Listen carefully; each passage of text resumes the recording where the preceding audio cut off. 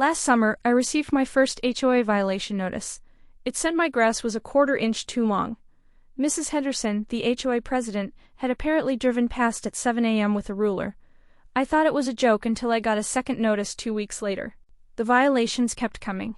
My mailbox was the wrong shade of brown. My house numbers were 1 inch off center. My trash cans were placed on the curb 12 minutes too early. Mrs. Henderson drove by like clockwork, clipboard in hand, cataloging every tiny deviation. She told me the neighborhood standards were non-negotiable. So I started following every rule exactly. I mowed at precisely 7 p.m. on Wednesdays. I painted my mailbox to match the official color swatch. I aligned my house numbers down to the millimeter. I started sending weekly photo documentation of my compliance to Mrs. Henderson. And I began noting every violation on her own property. The weeds in her garden, the za cow growing near her fence, the basketball hoop left out for 3 whole days. I submitted my documentation to the HOA board. 3 violations on Mrs. Henderson's property, all clearly photographed and time-stamped.